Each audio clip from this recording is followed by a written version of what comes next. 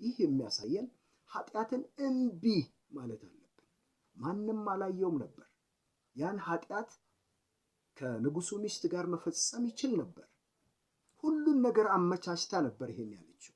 ነገር ግን ጌታዬ ሁሉን ነገር ሲሰጠኝ አንቺን ግን የሱ ስለሆንሽ አልሰጠኝም። ስለዚህ ይሄን ክፉ ነገር በእግዚአብሔር ፊት አላደርግም። ማንም ባያየኝ እግዚአብሔር ያየኛል የሚል ሐሳብና ልብ ነበር።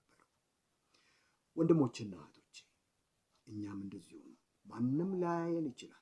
የምንኖረው ለእግዚአብሔር መሆን አለበት።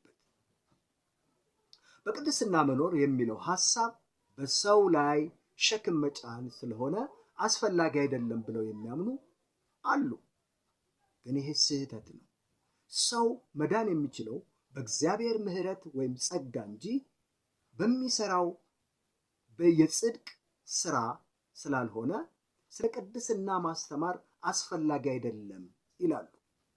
ይህም ስህተት ነው።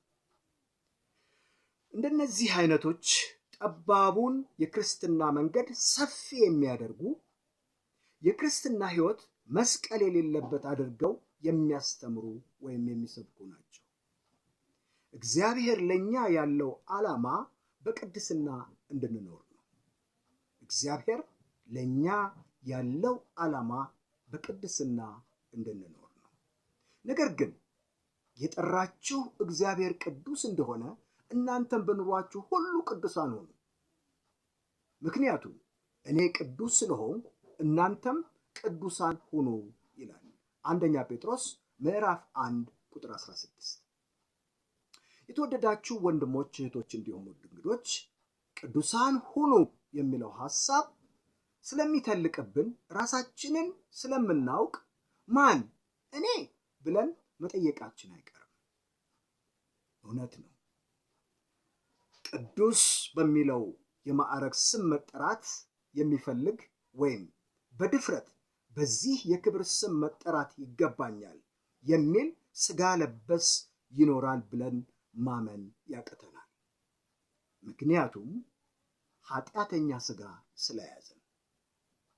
ነገር ግን ቅዱስ እከሌ ተብለን ብንጠራ ቅዱስ ማን እኔ ብለን ራሳችንን ይዘን መጮሃችን አይቀርም።